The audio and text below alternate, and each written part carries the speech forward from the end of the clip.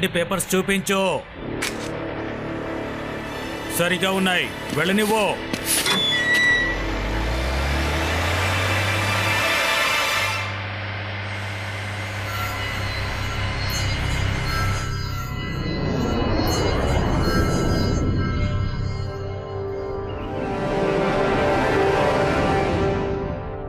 Rocket launch కోసం అంతా సిద్ధంగా ఉందనుకుంటాను. నేను చాలా ఎక్సైటెడ్ గా ఉన్నాను. మా నాన్నగారు ఫస్ట్ టైం రాకెట్ ని ఎగిరేలా చేయబోతున్నారు. నాన్నకి ఆఫర్ దొరికిన వెంటనే కాదనలేకపోయారు. ఇది పెద్ద విషయంలాగా మాట్లాడుతున్నావు. మా డాడీ తనే ఆఫర్ ఇచ్చారు, కానీ ఆయన ఒప్పుకోలేదు. కానీ అది మీ నాన్న అసలు పైలట్ కాదు కదా, ఆయన ఏం ఆఫర్ ఇచ్చారు? మా నాన్నగారు ఈ శాటిలైట్ ని కొనాలనుకున్నారు. ఈ శాటిలైట్ ని కొని మా మేడ పైన పెట్టాలని అనుకున్నారు, కానీ వాళ్ళు ఒప్పుకోలేదు. ఓహో, చిన్న విషయాల్లో కథలు అల్లడం నేర్చుకున్నావు, ఇప్పుడు పెద్ద విషయాల్లో కూడా మొదలు పెట్టావా? ఇదేమైనా డిష్ అంటున్నానా కొని మీ ఇంటి పైన పెట్టడానికి? దానికేంటి, ఆయన కొని మేడ మేడ పెడితే ఎగరేస్తే అది ఆయన ఇష్టం కదా.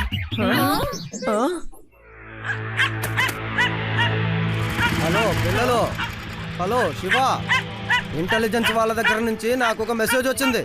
ఎవరో కొందరు శాటిలైట్ ని హైజాక్ చేయాలని ప్లాన్ చేస్తున్నారట. అయితే మనం అక్కడికి వెళ్ళి ఏం జరుగుతుందో చూడాలి. అవును, డాగీ ఎందుకని ఇలా అరుస్తోంది? థ్యాంక్ యూ శివ, నువ్వు నా మనసులోని మాటని ఎంత అందంగా చదువుతున్నావు. ఏమైంది డాగీ, ఎందుకు నువ్వు ఇలా అరుస్తూ ఉన్నావు?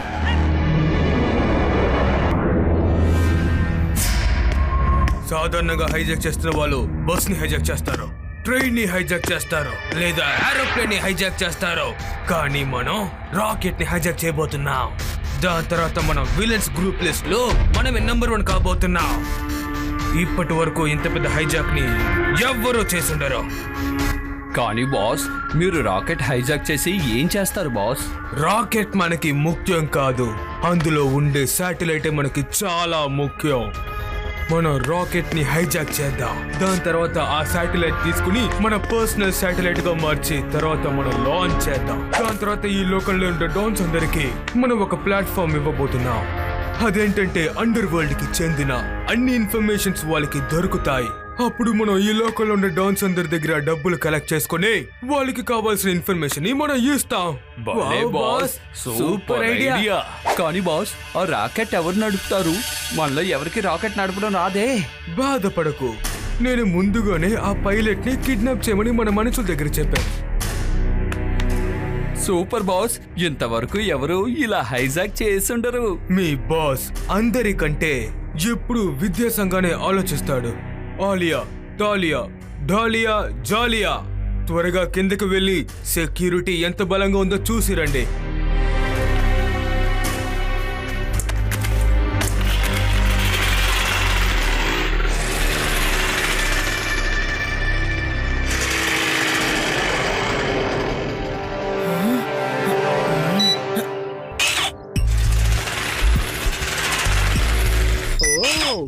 అంటే ఇదే విషయం అన్నమాట. లడ్డు సింగ్ సార్, కింద ఆ గుహ దగ్గర నుంచి ఇప్పుడే 4-5 రౌడీలు బండిలో వెళ్లారు. డాగీ వాళ్ళని చూసే ఇప్పుడు దాకా అరిచింది. మీరిప్పుడు రోడ్డు ద్వారా అక్కడికి వెళ్తారా? నేను అటువైపు నుంచి వస్తాను. Okay Shiva, okay.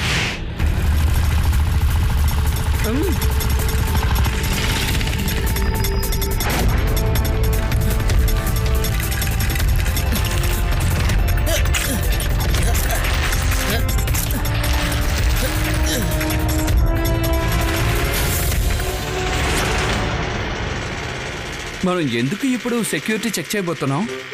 బాస్ ఏమైనా సెక్యూరిటీ ఏజెన్సీ స్టార్ట్ చేయబోతున్నారా? నీ బుర్రలో కాస్త కూడా అసలు మసాలానే లేదా? బాస్ సెక్యూరిటీ ఏజెన్సీ కోసం చూడమని చెప్పలేదు. ఈ సెక్యూరిటీని అంతా దాటుకుని వెళ్ళి మనం రాకెట్ ని సొంతం చేసుకోవాలి కదా. అది ఎవరు?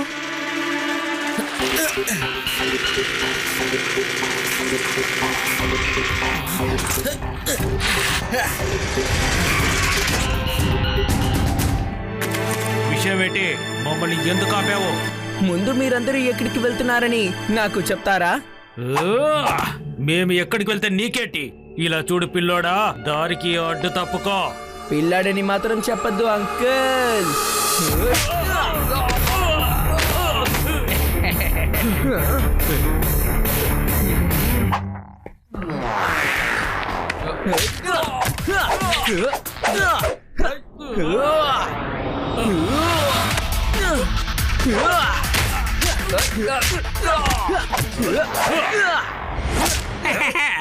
ఒకడు పడ్డాడు, ఇప్పుడు రెండోవాడు, ఇప్పుడు మూడోవాడు. ఈ కుర్రాడు భలే కొడుతున్నాడు.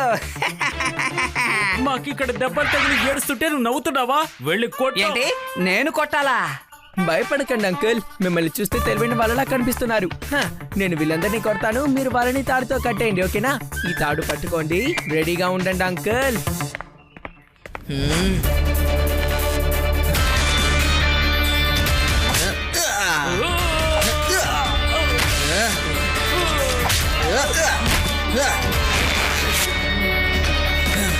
అంకుల్, ఇప్పుడు మిమ్మల్ని కూడా తాడుతో కట్టేసుకోండి. సరే, నేను ఇప్పుడే కట్టుకుంటాను. కానీ నాకు ఇది చాలా కష్టంగా ఉంది. నన్నెందుకు ఇలా బంధించావు చెప్పు? తను నిన్ను బుద్ధి తక్కువ అనుకున్నాడు. నీకు ఆ విషయం అర్థం కాలేదా? లడ్డూ సింగ్ అన్న పేరు మామూలుగా ఫేమస్ కాలేదురా. కానీ అది ఎలా ఫేమస్ అయింది?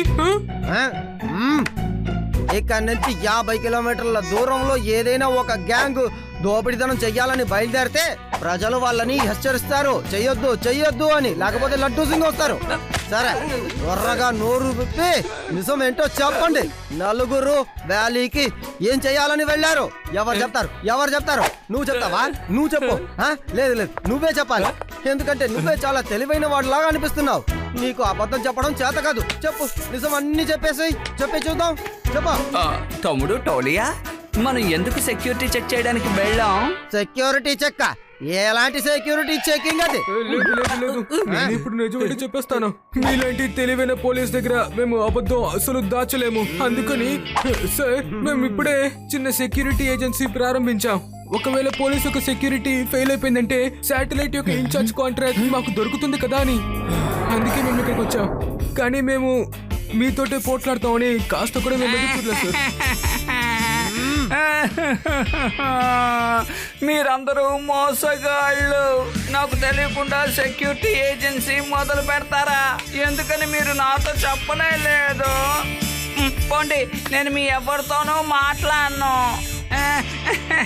బాస్ దగ్గర కూడా నేను మీ గురించి చెప్తాను. ఆపుతావా? లడ్డు సింగ్ సార్, వాళ్ళు మనకి అబద్ధాలు చెప్పి ఇక్కడ నుంచి తప్పించుకొని వెళ్ళిపోవచ్చు అనుకుంటున్నారేమో. నిజంగానే శాటిలైట్ కి అసలు ఎలాంటి పెద్ద సమస్య లేదు. నాకు తెలిసి వీళ్ళ బాస్ కూడా ఖచ్చితంగా అక్కడే పనిచేయాలి. మనం అక్కడికి వెళ్ళి వాళ్ళని వెతుకుదాం. Okay Shiva, okay.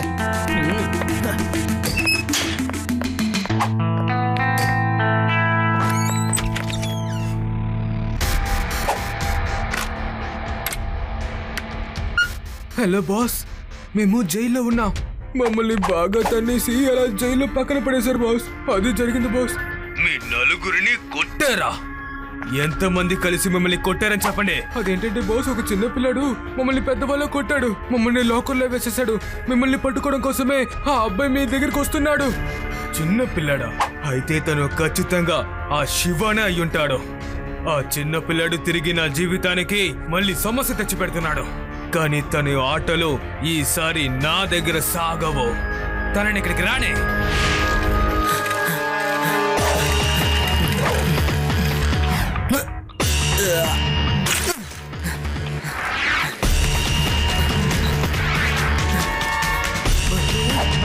Boss boss, మీరు చెప్పిన విధంగానే ఒక చిన్న పిల్లాడు ఇటువైపు వస్తున్నాడు. అయితే సరే, అందరూ వెళ్ళి దాక్కోండి. తనని ప్రశాంతంగా లోపలికి వెళ్ళనివ్వండి. దాని తర్వాత నేను నా ఆటని ప్రారంభిస్తాను.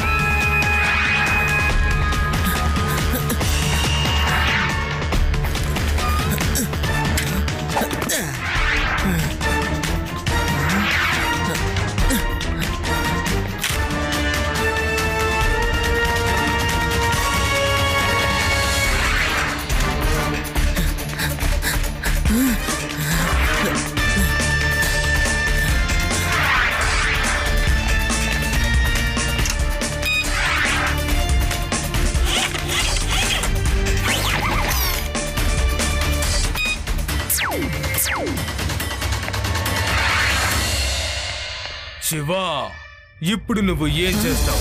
నన్ను నువ్వు మర్చిపోయావా?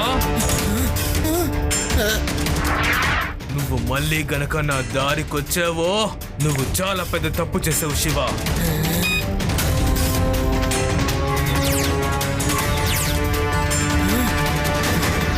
ఈ లేజర్ లైట్స్ ఇప్పుడు ఇన్విజిబుల్ గా మారిపోయింది. దీని తర్వాత నువ్వు ఒక్క అడుగు ముందుకేసినా నువ్వు చాలా ప్రమాదంలో పడతావు.